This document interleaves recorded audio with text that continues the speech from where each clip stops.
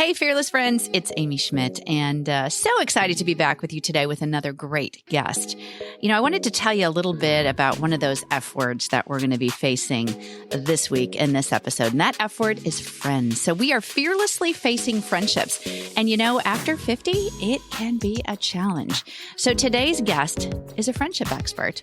I've had her before on my show, and I really, really adore her and her work. And I'm so excited to introduce her or reintroduce her back to the show. Danielle Bayard Jackson is a women's relational health educator who speaks nationally about the science of women's platonic connections.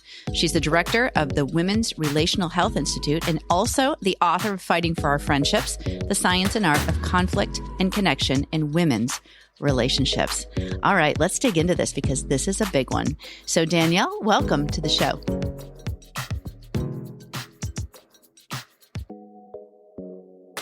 Well, here she is. I mean, this is a woman that what I talked about in the intro, she's like a friendship rock star.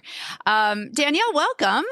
I'm so glad to be back. Thank you for having me. Yeah, we were together. We just talked a little bit before we started recording. We were together years ago. I did a live show and actually, I think it was 2020 because I think we were amidst all the chaos of COVID.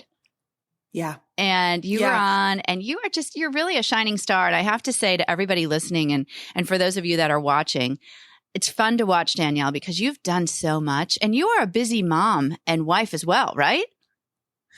That is true. That is true. But by the grace of God, I'm still here and we just keep rocking it. Yeah. You got to keep rocking it. Yeah. And I'd love seeing some of the campaigns you worked on. You worked on one, was it around the holidays with turkey or something like that? Couple years ago? Yeah, we've done Butterball and Bumble and Amazon Prime and so many cool opportunities, which, is, it's kind of interesting to watch because when I first got into the business of helping women with their friendships, I was quite literally kind of chuckled at when I first announced that I was going to take that career direction. So to see a growing interest in our relational health makes me really happy. And I'm so honored to be a part of that movement. Isn't it amazing? I do think, I read a statistic, and you're going to know more about the science of this than me, being an expert, but 32% of people. There was a statistic around loneliness, and it was specific to women, and this was more of women 50 plus, but there was like a 32% increase in cognitive decline and dementia and heart disease because of loneliness. Yeah. Yeah. I hope that's one of many reasons why people begin to have a sense of urgency around, leaning into and tending to the quality of their platonic relationships. I think all too often, or at least 10 years ago, people kind of, saw friendships as something you push into the margins. I'll get to it when I've got time. We see it as something too engaging when we want somebody to just hang out with and do something with recreationally. And that's all fun. And those are benefits of friendship. But when you start to see research around how it has a direct impact on your physical, mental, and emotional health, I hope that encourages us to tend to it with a little more fire, a little more urgency. A little more urgency around it. Well, think back to those necklaces. I wrote about friendships over 50 a long time ago on a blog. And it was, remember those necklaces that were like, half said best and the other one said, or BFF or whatever. And you could, one wore one and the other one, middle school, high school, whatever. I think we put a lot of pressure on ourselves to find like we need to have a best friend. That friend that we see at the yoga class. We're like, I don't know if I really want to, I don't know if she can be a best friend. We don't have to have a million best friends, right? Yeah, that's true. The latest study I've seen said that 40% of people do not have a best friend. And hey, I get it, especially for women. The research tells us that women are more dyadic than men, meaning we tend to split off one to one. And that is one of the reasons why our friendships have more platonic intimacy, because it's just me and you in this private vault where we're engaging in mutual self-disclosure. So to some degree, I understand the desire to be intimately known by another woman, and we have this unique, deep relationship. That is true. But I also see what you see around that pressure to find the person. I do think it makes us secretly audition women who we encounter. I do think that for some women, I've heard almost a sense of shame around not having one. Like, what's wrong with me that I don't have a bestie? Then we're forcing it with people who aren't meant to be. And we're discounting people who could still offer value to our lives, but they're not the perfect package. So I agree with you that it can be problematic depending on if we're holding it to like this high, aspirational thing. Right. Because we might be missing out on a lot of the good stuff. Yeah, exactly. Well, let's walk through this scenario because I know a lot of women that are listening, are going through this. So I got to be honest, I've moved 13 times and this is another move here where I'm sitting today, so I've moved a lot and with my family and my husband. And I was always that person that would be walking in with like feeling like I'm wearing that sash that says, talk to me, I'm new, like new kid on the block, always. And it at times it gets really hard. And I have to be honest with you. We'll talk about this a little later, but it's gotten harder for me. And I have more confidence than I've ever had. But yet, boy, I still got to walk into new communities now and feel that. So walk me through somebody that's listening, that's maybe in a new community and they're going to a PTA meeting and they're walking into that auditorium. You know how it is. And you see women that are mingling and they're talking and they're laughing. And all of a sudden you that's walking in that doesn't know anybody is getting a rash. Their heart starts palpitating, the whole thing. How can we get to be our best confident self walking in a new situation like that, searching for some new friends? The first is a mindset thing. So I have some technical stuff, but a mindset thing. And that is almost see being the new person as an advantage.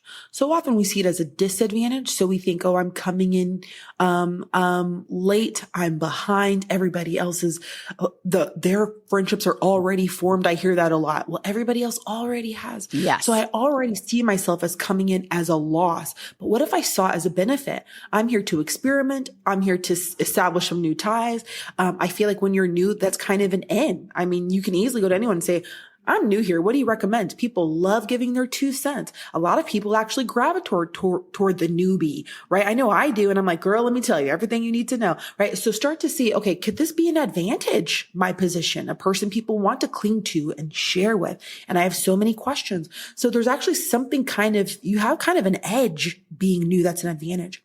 The second thing, and this is a tip that comes from Dr. Marissa Franco, who's the author of the book Platonic, but she always says, expect to be liked.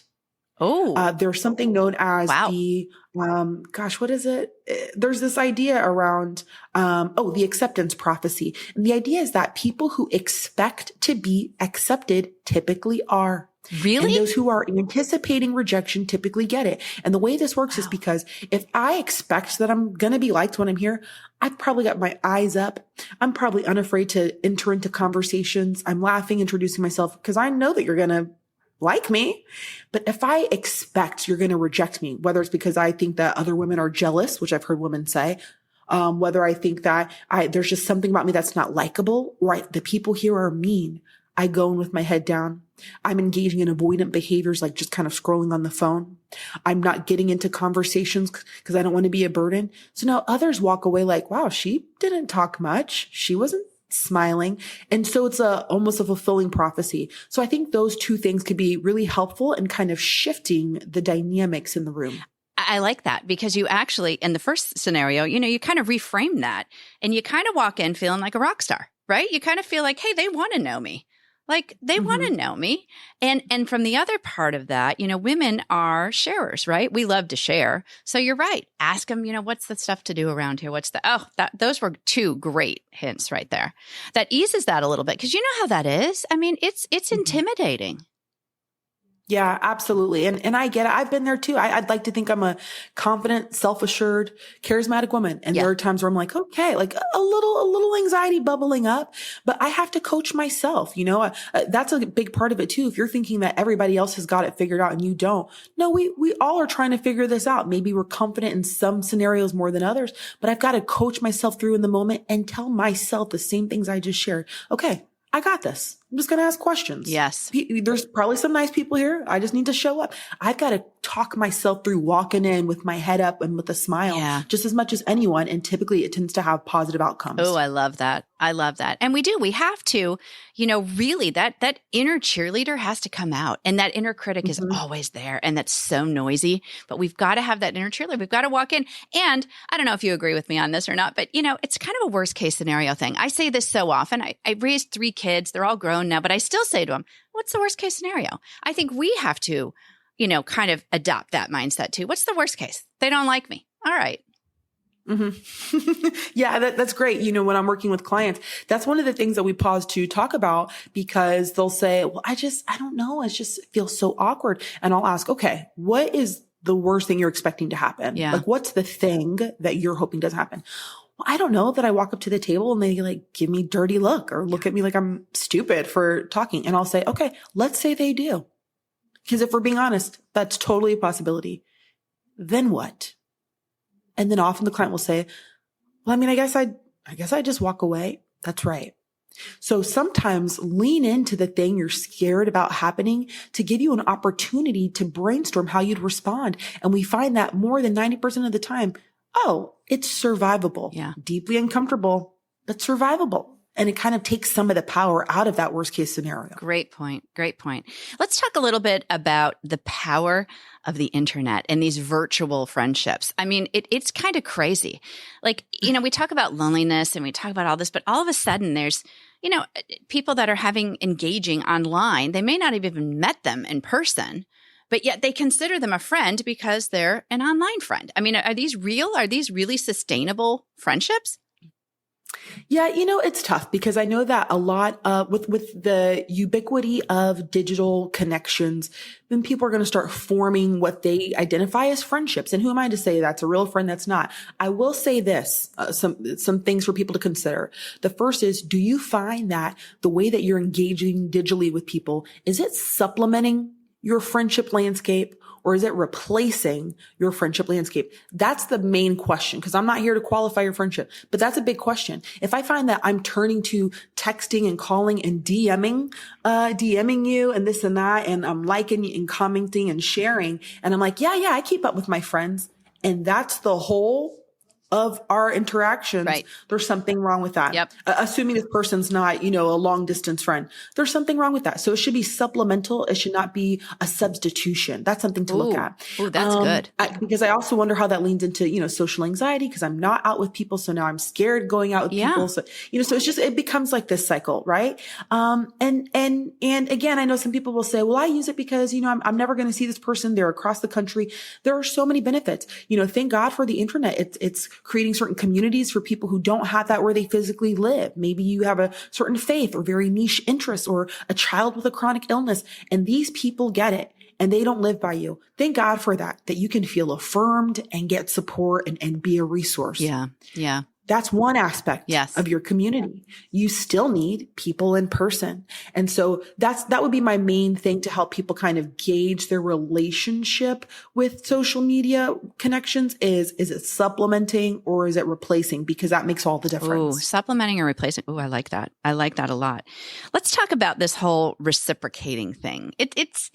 It's a thing. Now, I'm in my 50s. So, you invite someone over for dinner and then there's this whole, I think we were raised this way. Gen Xers were like, okay, well then they need to reciprocate, this whole reciprocating thing. Is that still a thing? Should it be like a scorecard? Should it not? Let's walk through that. Okay. So first I want to say that was a deep breath there. Probably it was like deep sigh, heavy sigh. Yeah. There's so much there. First I want to say that if I had to rank like the top 3 issues women bring to me, reciprocity is on that list. And that's consistent with the research that finds that is something that women deeply value in their same-sex friendships. Reciprocity, everything equal, everything balanced.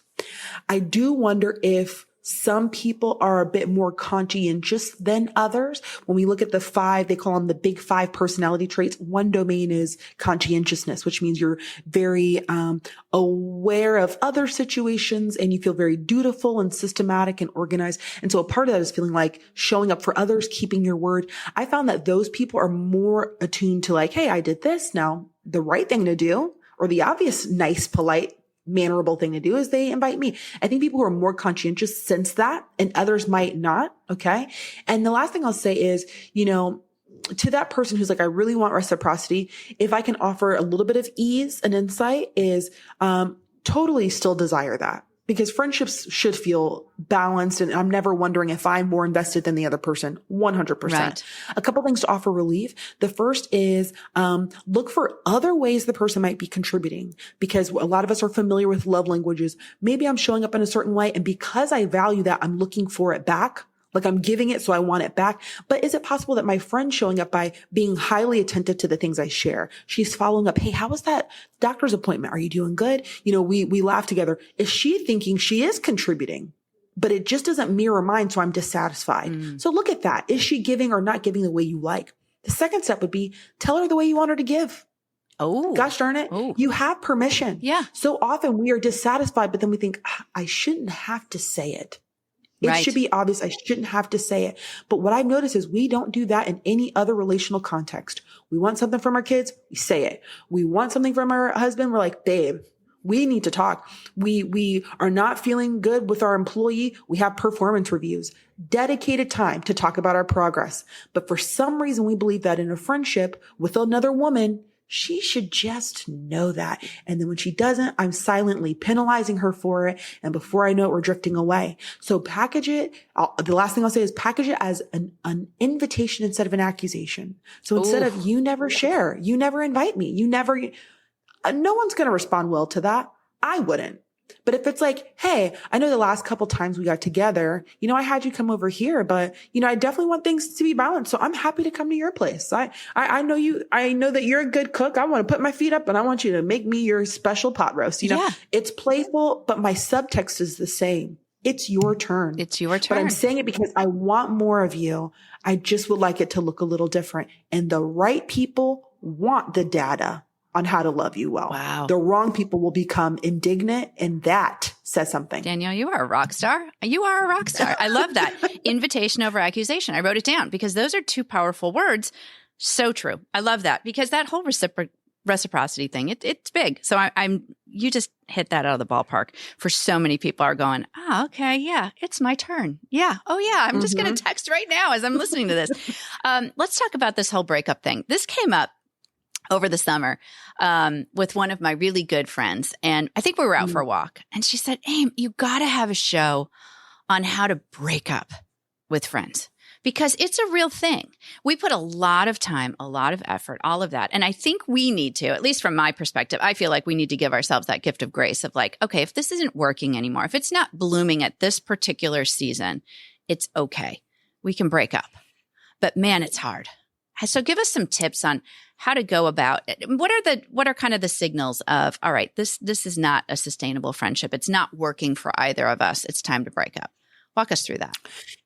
Yeah. So first, that happens. The research says that we tend to replace half of our friends every 7 years. Like when our hair changes every 7 years? Come on. Seriously? I know that cycle of 7. I've even heard like your taste buds change every 7 years or something. So there's something about that number 7, right? But wow. I hope that shows us that there is this natural pruning that is happening. So if you're feeling ashamed about the friendship not working out, which I hear from a lot of women, they feel guilty or what's wrong with me that I can't keep a friendship. I see a lot of shame in that. Or if you're holding on to it for reasons of desperation way long past its expiration date, they're supposed to evolve. Yeah. Okay. Now on the same side, I want to say, because I've also worked with several women who are leaving at the sign of any discomfort or inconvenience. Now, is the issue really you don't know how to navigate conflict really well? That's something else. Okay. If when you look at lots of your friendships, it ended when you got overwhelmed by the things that were bothering you and you said nothing, you get offended easily. So some of this is what's your capacity for friction and discomfort Let's look at that. Yep. Okay. Yep. But assuming all that stuff's good and it really is time to let go, some indicators might be if you find that you are depleted after you guys spend time together. Okay. And I'm not talking like I'm so tired from laughing so hard. Right. You're exhausted. You're exhausted, whether she complains the whole time, didn't ask about you. She's talking about that traumatic thing again. And it's the only thing we talk about. It is tiring to get together. That says something. If you find that you don't like who you are in the friendship, because friendships activate different sides of ourselves. So if I'm thinking, man, I like who I am in other dynamics, but when we come together, I don't like who I am. Really? I find myself being tense or walking on eggshells. I find myself gossiping more than normal. I find myself getting a little snarky, but I don't do that with other people. But when I get with her, I'm snarky. Look at that. That says something. Are you growing here, right? If you find yourself fearful, that if you were your full self or if you spoke up fully, you'd be penalized in some way. She operates in a very punitive way. That's too great a cost. Right. That's too great a cost. Yeah. And finally, if you find that the only reason you're staying is because you've been friends for so long, that's it. I think that's something worth looking at too, because she's taken up the space that somebody else could be in. Yeah. I'm not saying it won't be painful. I'm not saying it won't cause discomfort, but those are some indicators to look at that maybe it might be time to release that relationship. I love that. And that's really treating, it's giving ourselves a gift. It's loving ourselves. It's taking the time of self-reflection, self-awareness, actually stepping aside off that crazy hamster wheel and looking at, okay, how is this friendship going? Henry Cloud wrote a great book. I'm sure you've read it, Necessary Endings. Mm-hmm. Yeah. And I think that, like you said at the beginning, kind of that pruning thing, there are times when there's necessary endings because you're moving on, you're growing in a different way. And you kind of, in that friendship too, that you have to end, for those reasons that you mentioned, I can think of, people on the top of my head. I don't have many, but there's a few that you feel like you're doing all the work, or you feel like or you do walk away a little deflated. Those are tough things to do though. It's tough to break up. Yeah. Oh, it definitely is. And I say this too, because I know some people can be kind of flippant about friendship endings. Well, you know what? Well, now I'm cutting her off. I'm done with that. And I just want to say, for those who are having trouble with it, but know it's time, I'm with you. Yeah. Because we're not just saying goodbye to the bad stuff. You're also about to release the good stuff too. That's what makes it so difficult. Right. So I'm not just, 2 years ago, I had a friendship that sunsetted and I felt a lot of embarrassment around it, if I'm being honest, because I thought, here I am doing this work and I can't make it work. So I felt the same things. And the reason it was so hard is even though this person was saying and doing things that were not okay and broke my trust, I also was really sad because we have inside jokes. Right. We know each other's children. She has my back and has inspired me in a lot of ways, but it didn't feel safe. And so it was complicated and it was difficult. And that's often going to happen with women's friendships because the research shows that we integrate our women friends into our lives to the degree of a sibling, men to the degree of a cousin. So it is going to be hurtful when this ends because you're my sister. You're not just my friend. Yeah. Yeah. Oh, well said. Let's talk introverts and extroverts. I have 3 kids. I have 2 very big extroverts that are kind of bookending, kind of a middle one that's a little more introverted. Do introverts tend to kind of gravitate to other introverts? Is it better for an introvert to maybe, gravitate more towards extroverts? Is there any science around that? That's so interesting. I've heard both ways. So I've heard some introverts who enjoy people who can kind of move at their same pace. They feel comfortable. They feel like the other person just gets it. I've also seen a lot of people make jokes around how introverts make friends by attaching to an extrovert and they kind of do all the work for them. I think something to keep in mind if you are an introvert is don't think that you have to pretend to be an extrovert to make a bunch of friends. That's not true. Be yourself. However, there is research that shows that when introverts behave behave in a little bit more of an extroverted way, they do report a mood boost. Now, this is short term, but they do report feeling good when they act a little bit more extroverted. So take that tip into the friend making world. It might be helpful to you, but still be authentic to who you are. So some tips I would say if you're trying to like form new friendships as an introvert is, try to do things that are in a space that's more comfortable to you, right? If you don't like parties, why are you going to a big old gathering to make friends? You don't have to. What are spaces that feel a little safer? Have control over that. Let yourself go for a short time period. So set a goal of, hey, I'm going to have 2 deep conversations with 2 people, and then I'm going to let myself go. And then, let myself go home, and then plan something nice to go home to relax and to unwind, right? If you do that, you did great, but you don't have to overextend yourself in order to make and keep friends. You do have to step outside the box because it's a relationship, but it's okay to honor your energy. Yeah, that's great. That's great. So I've got on Danielle Bayard Jackson. Bayard rhymes with tired. Now I'm going to always remember to say that correctly. You've got a podcast out there too, right? The Friend Forward podcast. Yes, I do. We've been having that for maybe, 5 years. Yeah. Gosh, maybe like starting today, 5 years. And we just really dig into the complexities of women's friendships. What does the science have to say about the unique ways that women cooperate, communicate, and engage in conflict? That's our jam.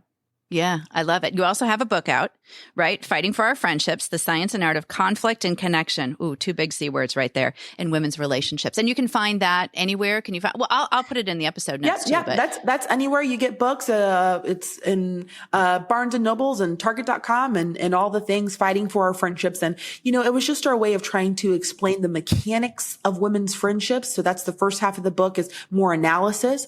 And then the second half is application. So talking through 9 of women's most pressing platonic conflicts. And my goal is just to help somebody enjoy more satisfaction in their female friendships. That's the goal. So awesome. So awesome. I'm going to link that all in the episode notes. So before we leave, I've got 2 questions for you. And the first one is kind of a personal question. I'm curious if I was to ask your mom, Danielle, like when you were 10 and 12 walking the middle school hallways. Yeah, I know. You're like, oh man, what is Amy going to ask right now? No one's ever asked me that. I know. You're not ready for this one. Would your mom say, man, she was always that girl. Like she had a million friends. She kind of had a posse. She was that friendship girl. Yeah, I know. Take a deep breath. Yeah. I'm laughing because I'm actually envisioning my mom laughing at that. I was very social. Yes. I don't think I was an awesome friend. My 5th grade teacher called my mom to tell on me because we formed a Spice Girls club. And I told some of the girls they couldn't be in it because there's only 5 Spice Girls. And my mom immediately made me go back to class, disband that group. And she was like, everybody can be in the group or no group at all. So she was always there to guide me. So I've learned a lot of lessons since then, I'd like to think. I love that. I love that. Thanks for sharing that. For people listening, when did your passion and purpose really align? I mean, for me, I kind of found that a little bit later, of what, and I feel that that's an intersection there that when we find it, that's when the magic happens. I totally agree with you. It was a journey. I started as a high school teacher and an academic department chair. So I'm working with 12th graders all day, but I noticed the number one thing they wanted to talk about was friendship issues, not even romantic stuff, not their grades, friend stuff. And then I left that world and I got into public relations and I'm working with these sharp, accomplished women. And then I learned, behind closed doors, they also have some friendship stuff. So it's something that I've always been attuned to, but I grew curious and now I've been leveraging my background in education to study what the research has to say about women's connection. So it's always been something that my eyes see, that my heart's felt deeply. So I'm so grateful now to be doing this as my work. And I totally agree with you that it's really sweet when something's very aligned and hopefully it's something I keep going. But I've learned that the longer you live, the more you are surprised. So who knows what it will be 20 years from now. Who knows? I love that. I love that. Thank you for sharing. And last question is something I ask everybody. And that is, Danielle, if you were sitting on the couch and you look over and there's a version of you 20 years younger, what advice would you give that, Danielle? Man, that actually got me emotional for a second. I think if I could talk to myself 20 years ago, Oof. I think that I would tell her, you're enough. You're enough. And not that you don't have room to improve. You should always be growing, but the striving to be funnier, more likable, smarter, to be as pretty as the other girls, to be as sharp, that striving is exhausting. And I wish that I could tell her, you really are enough. So always be growing, but who you've been designed to be is enough. That would probably be my message. Mic drop, girl. I love that. I love that. That's goosebumps. Mic drop, a little tear, honestly. Yeah. That's amazing. Thank you for sharing that, because I think it's a real powerful question, and it's something we really have to think about. And so I really appreciate the pause before the answer. That was amazing. And thank you for spending time today. I love seeing you again. You're so good at what you do. Well, I appreciate you. Thank you for taking the time to facilitate this conversation. And I'm hoping that someone who's listening, they feel more encouraged, to go out there and to have some sense of agency, to be the author of their friendship story, and to, allow themselves to be vulnerable and take the risk to pursue the kinds of friendships that they've been dreaming of. Amazing. I love that. I love that. Thanks for spending time, and we'll see you in sunny Florida. We're not that far apart from each other. That's right. Thank you for having me. You bet. See you soon.